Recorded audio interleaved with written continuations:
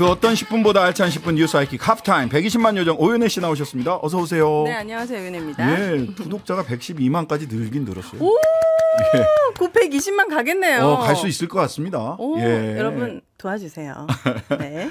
유튜브로 콘도르님이 오윤혜보다 누가 한국을 더 정확하게 진단할 수 있나요? 존경을 표합니다. 아, 부끄러워요. 저 누구한테 존경받고 싶지 않습니다. 녹색창으로 진출하셔야 되는 거 아닌가? 녹색창에 지식인. 아, 오윤혜 치면은 예. 나오긴 합니다. 나무위키에. 나무위키에. 그녀는 가수이다. 그러시구나. 아, 제가 정말 요즘의 상황들을 보면서 약간 저를 깊은 고뇌에 빠지게 했어요. 네. 그러니까는 대통령은 약간 부패 카르텔 같은 이상한 소리는 하고 있고 또 네. 명품 쇼핑이 무슨 문제야라고 하는 이제 오늘은 그렇게 나오더라고요. 네. 개인적으로 쇼핑한 게 무슨 문제야? 안 샀다잖아. 네, 그런 여론들도 있더라고요. 그래서 이런 사실들이 저를 굉장히 깊은 고뇌에 빠지게 했는데 네. 과연 사람들은 진실이 뭔지를 알고 싶기는 한 걸까? 뭔가 싶죠. 우리는 사실 진실을 원한다고 그럼요. 생각하잖아요. 네. 그런데 저는 그거가 아니라는 생각이 들었어요. 지금 정부의 모습이나 2년 가까이 되는 대한민국을 봤을 때 네. 뭔가 자기가 믿고 있던 것과 다른 사실이, 그러니까 자기의 믿음이 충돌을 할 때 네. 대부분의 사람들은 사실이었구나 이렇게 깨닫는 게 정상이라고 생각했는데 네. 지금은 결국 자기가 믿고 있는 사실이 진실이길 바라는 욕망이 더 커서 이게 약간 보통 사이비 종교에 나타나잖아요. 잘못된 그런 믿음으로 인해서 자신의 삶과 가족들이 네. 약간 망가지잖아요. 가족들의 삶이. 그거를 네. 트럼프 쪽에서 뭐라고 얘기를 했냐면 네. 트럼프의 미디어 전문가, 미디어 담당자가 얼터너티브 트루스, 대안적 진실이다. 그건 뭐예요? 라고 얘기를 했어요. 이게 어디서부터 나온 사건이냐면 네. 오바마 대통령이 취임을 할 때 그 같은 장소에서 취임식을 했는데 사진을 찍은 게 있고 네. 트럼프 대통령이 취임을 할 때 찍은 사진이 있어요. 근데 같은 장소니까 대충 딱 봐도 누가 많이 왔는지 누가 더 축하하는 사람들이 많았는지가 네. 눈에 딱 보이잖아요. 네. 막 이렇게 광장에 듬성듬성하고 뭐 이렇게 잔디가 다 보이고 막 이래요. 근데 오바마 때보다 더 많이 왔다는 거예요. 네. 그렇게 얘기를 했어요. 네. 그렇게 얘기를 하니까 네. 이게 무슨 소리냐. 아무리 이게 그냥 눈으로만 딱 봐도 오바마 대통령 취임식 때 훨씬 사람이 많이 왔는데 그래서 이제 막 얘기를 하다 보니까 그때 네. 이제 그 미디어 전문가라는 사람이 그 트럼프 쪽에 대안적 진실이다 이것이. 이렇게 얘기를 했었어요. 얼터너티브 트룻이라고 해서 그때부터 네. 전부 다들 벙찐 거죠. 와, 진짜 벙찌는데. 이런 이야기를 하는구나. 대안적 사실, 대안적 진실.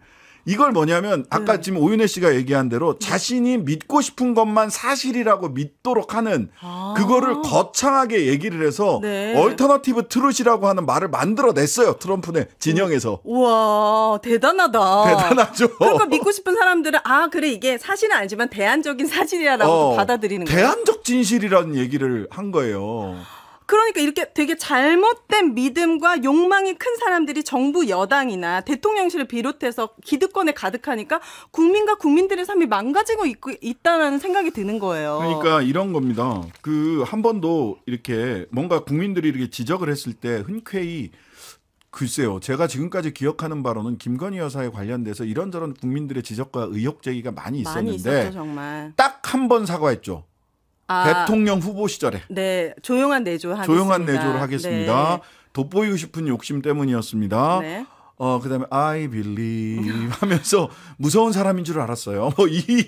그거 말고는 네. 단 한 번도 국민들에게 고개를 숙이거나 이게 이랬습니다, 저랬습니다, 사실을 밝히고 사과한 적이 없어요. 대통령 당선되고 난 이후에 아예 없었죠. 그러니까 이렇게 해도 되는구나라고 생각을 하시는 것 같아요. 근데 그게 또 그렇게 믿고 싶은 사람들한테는 그냥 그렇게 또 대안적 진실처럼 먹히는 대안적 것이죠. 진실이 된 거죠. 트럼프 이후에 네. 유행하게 된 대안적 진실, 대안적 사실. 네. 전문용어로 거짓말이라고 합니다. 맞습니다. 불화죠.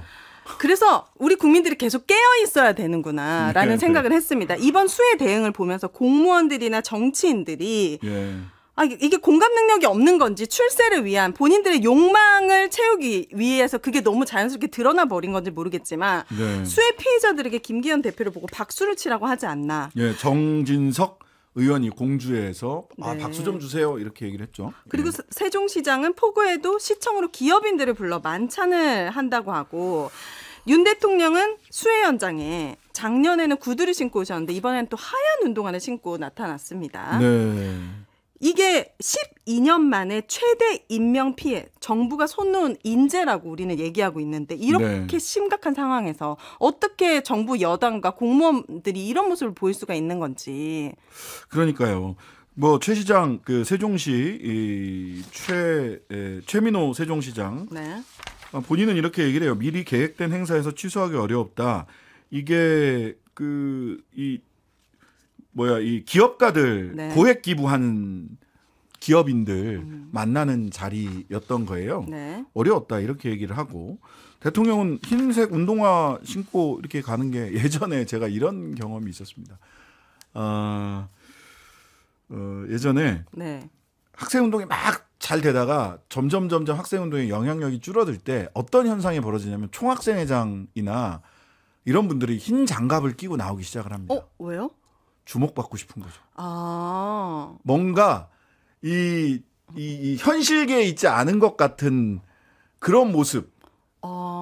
수해 현장에 누구나 장화 신고 장화 신고 등산화 신고 네. 이런 거 신고 가잖아요. 네, 그렇죠. 근데 흰 운동화를 신고 딱 가면 눈에 안 띄겠습니까?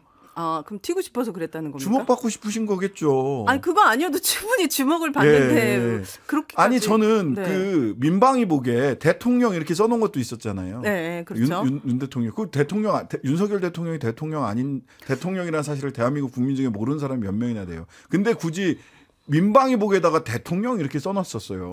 저는 네. 이게 본인이 직접 야 대통령이라고 써, 야 나는 흰 운동화야 이렇게 생각하지는 전 않으셨을 거라고 생각을 해요. 네. 하지만 보좌하는 분들은 네. 대통령실에 계신 분들은 대통령과 대통령의 그 여사를 네. 영부인을 굉장히 어디서나 돋보이고 싶게 하고 싶은가 보다. 그렇게 생각하셨군요. 네. 근데 TPO라는 게 있잖아요. 타임, 플레이스, 어케이전. 복장이든 말이든 그 모든 건 시간, 장소 그리고 어떤 사건 현장에 있는가에 맞추는 것이 가장 자연스럽습니다.